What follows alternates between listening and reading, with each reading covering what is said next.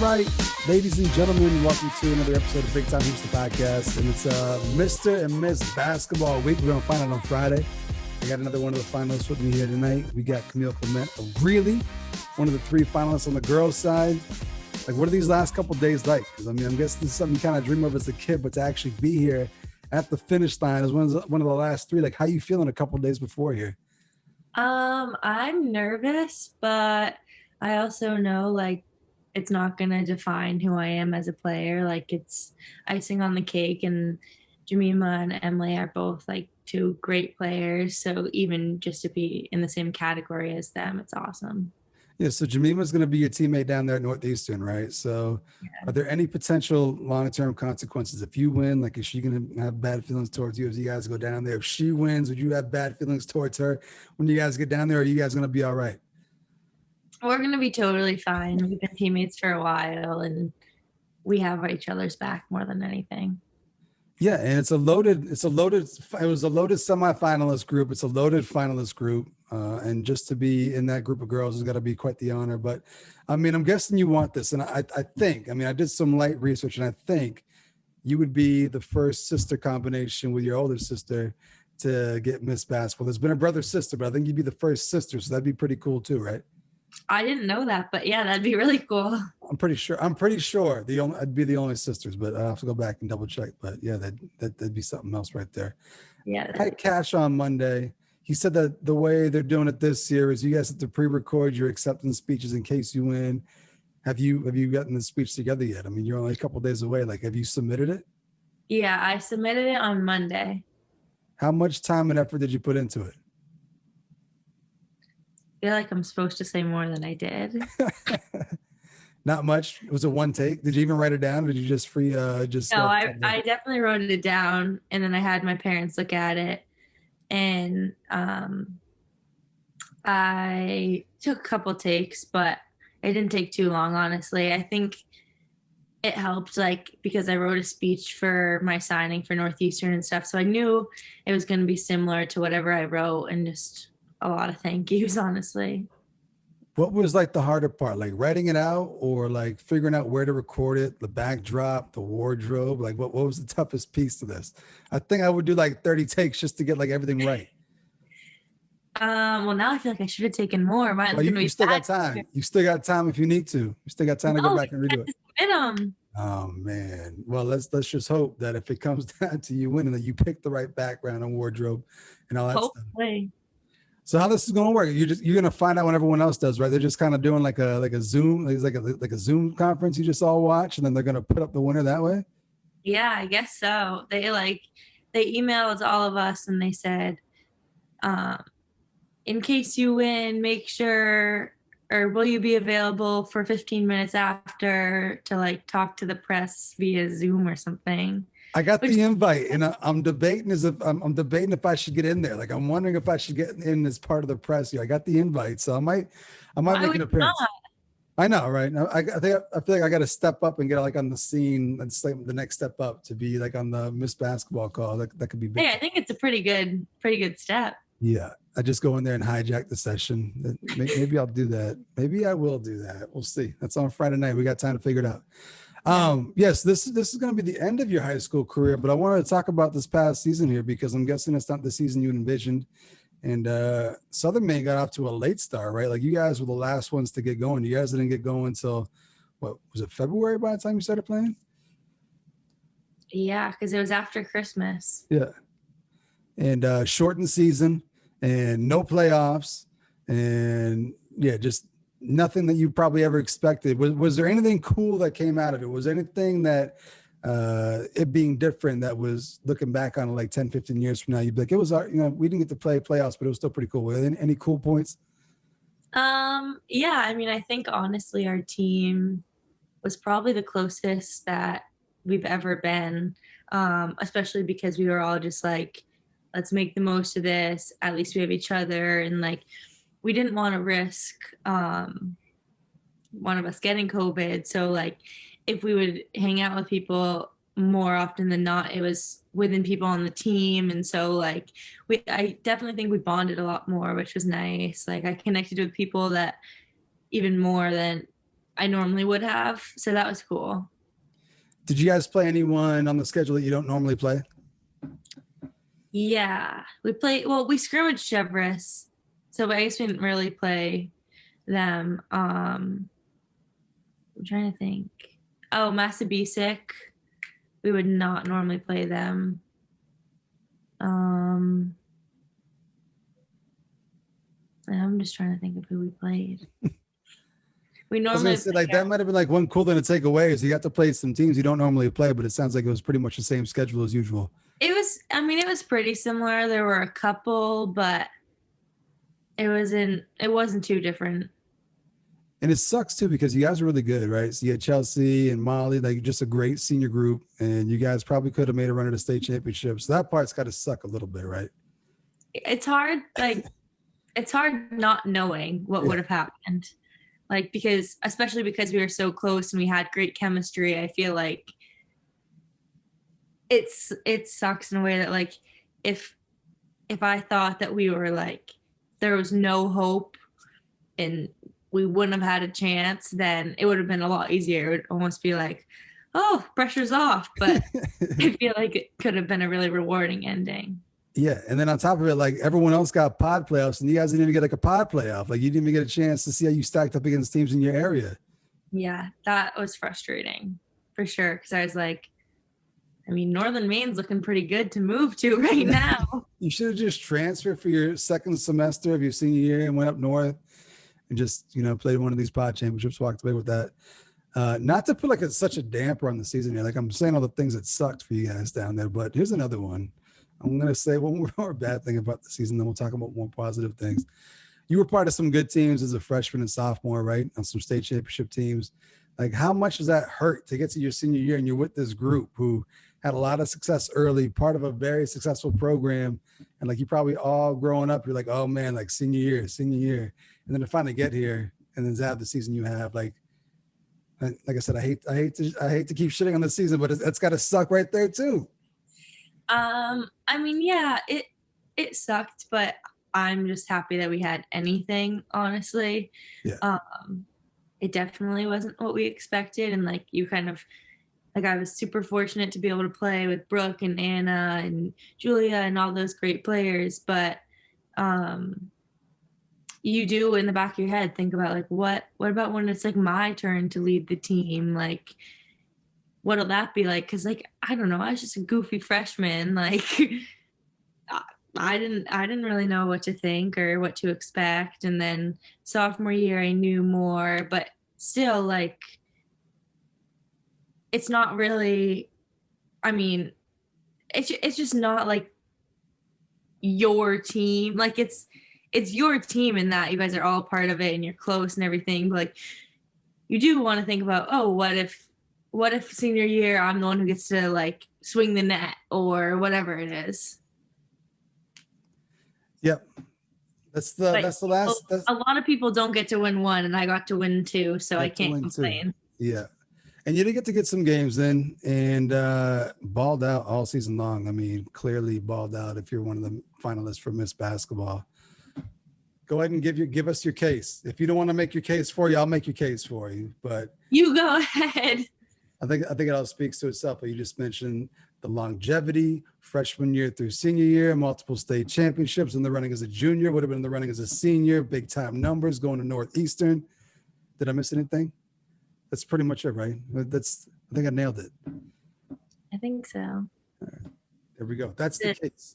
And what sucks too is like with you being in Southern Maine, it would have been cool if you could have gone head to head with some of these other schools you don't normally play. If you could have went against Portland and gone head to head against Jimmy Moore, played against Kennebunk and gone head to head against and Emily, even the things that don't really matter, because I would rather win another state championship over any personal goal or anything, but it would have been cool to hit 1500, which I was like supposed to if we had a normal season.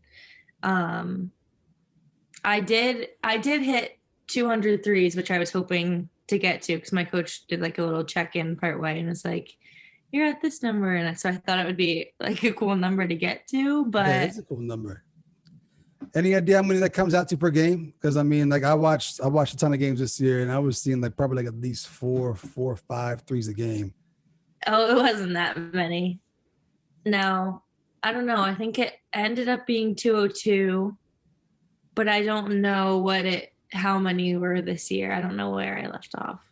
Let's talk about your growth real quick, because we mentioned your role on those teams as a freshman and sophomore, just the knockdown shooter, but your game's definitely grown into just a more complete all-around player. What's the biggest area of growth that you've seen in yourself from freshman year to here we are, senior year, getting ready to go to Northeastern? I think, well, what I focused on a lot in the off season was like becoming an all-around scorer, not just a shooter. Like, will I still be able to contribute if my shot's off in a game, or if they take away my three, like, is that going to take me out of the game, or is that just going to open up other opportunities? And I think that it did end up paying off, and I scored a lot more driving or with jump shots and stuff. So I think that was probably my biggest like growth this off season and all around. Yeah, how about heading into college here? Because now you're making the jump from Maine high school basketball to D1 hoops. What's the off season going to look like here? Just a lot more reps, and a lot of like making sure I'm going, like I'm taking it up an extra gear. Cause like, I think I said this before on another podcast, but like going college speed when I do drills, like high school speed is one thing, but a Division I speed is a completely different thing. And I'll definitely have to get better at my defense because I'm not known for that. You have to start playing defense. You're going to be held accountable once you get down there. I know. The nightmares. What else does the summer look like for you? And when does your off season start? I know like some people, like once the season gets done, because it's a grind, they take a week off, they kind of shut it down, reset. But like with this season being so different, is there going to be any shutdown period? Are you just going to roll right into the off season here and get ready for next year? Well, we already started firecrackers. So I'll have about 2 months of that. I think we get done right like June, beginning of June. I'll have a month, and then I head to Northeastern like July, the very beginning. Have you thought about what this is going to be like? Like you're saying goodbye to high school hoops here, which is what you've known for the last 4 years. You're going to be saying goodbye to firecracker basketball, which I don't know how long you've been involved with that, probably longer than high school. So have you thought about like what it's going to be? That honestly, since I could walk, because my dad founded it, my sisters were in it. So I was on the bench always. Like, I don't really know what a spring is like without it. I mean, I do because of last year, but I don't know what my future will be like without it, because it's been so consistent. It's a whole new chapter. Like you're literally starting a new phase of your life. Like, is there any fear in that? Are you ready? Are you ready to move forward? Are you excited? Do you know how this is all going to go? I'm definitely excited. There is some nerves for sure, because it is the unexpected and it's a big test. Like, can I compete with these Division I athletes? Am I going to be just a kid from Maine, or am I going to be like something special coming out of Maine? So like there's some pressure there and some nerves there, but I think a lot of it's excitement. Yeah. You planning on being involved? I know like a lot of players come back and they stay involved somehow, whether it's with their high school programs, AAU programs. Like, is that the plan? Are you still going to be involved in this Maine basketball community, even though you're moving on from your high school days? Is that the plan, to somehow still be involved somehow? Yeah, definitely. You're going to be around like at the camps, the summer, the Ben Tier camp, being there, being a coach, all that stuff. That's the plan? That's the plan. Okay. Assuming it all lines up. All right.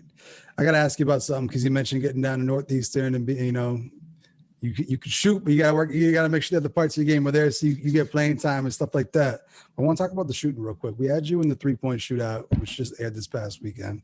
I thought I was going to get 25 for 25 from you. and we got 23 for 25. Like, what happened? What happened? I guess I should have kept trying. How many tries did you take? Because that's the shit I've been getting from people is, oh, they probably took as many tries as they want. I'm saying, I bet you a couple of them was 1 or 2 takes. It wasn't 1 or 2 takes. I can tell you that. All right. I don't know how many it was. Yeah, I'm not sure because there were like 2 different days. One day and I'm not feeling it. Like I was planning on getting one to submit. I was like, today's not my day. Yeah. To be completely honest. But it didn't take too many tries the other day. And people that are talking shit saying, oh, they probably take as many tries as they want. Let me see how many tries it takes you to get 23 to 25, 24 to 25. Like, you girls were not missing. Like, the girls were on fire. Like, everyone that was in it was an incredible shooting display. Anything else before we get up out of here? I told you it was going to be quick. I just wanted to check in real quick. I know that Friday is the big night. You got some more hoops that you're going to be playing here in the spring and stuff like that. Is there anything we missed on? Is there anything we missed on at all? I don't think so. Can you give us the opening line to your acceptance speech that you've already pre-recorded? Can we get that as a little? No. Okay. So people. No, I didn't even let my parents see it. Okay. Oh, so it's one of those. Like, it was like behind closed doors. Well, they proofread it, but they don't know. Like, they didn't see me film it or anything. No, only if it ends up in my favor will that come out. Okay. And we're gonna find out on Friday night. What time does the banquet start at? I believe it's 6 to 7:15.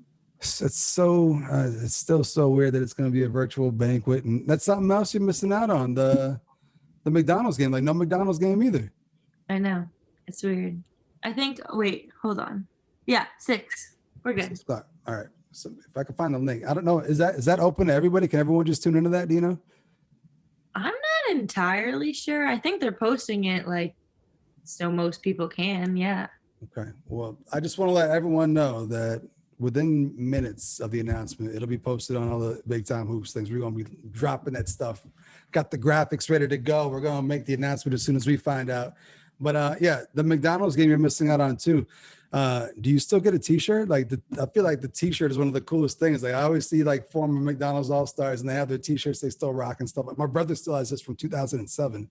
Really? Are you guys going to get t-shirts still out of it or anything at all? I haven't gift heard. Gift card to McDonald's maybe? I haven't heard that, but. Man, okay. And they have their trick shot contest too. Did you submit a shot for the trick shot contest? I did not. Okay. I don't know what I would do. That's all right. You stuck to your strengths and you're down with Big Time Hoops. You're in the 3-point shootout. That's your affiliation. You're affiliated with Big Time Hoops, and I appreciate you getting in that 3-point contest and stopping through tonight on the podcast. Second appearance. I really appreciate it. Having me. Yeah. Best of luck on Friday night. I'm gonna be. I might pop into the interview stuff. If you win, you might see me in there with the press whenever they start asking questions, and just say, I want to talk to that guy so I can get my question in. Okay. Camille Clement, ladies and gentlemen, on Big Time Hoops, the podcast. Make sure you're checking out all the previous episodes wherever you get your podcast, and tune in next week for some more fantastic episodes. Much more to come. We'll see you.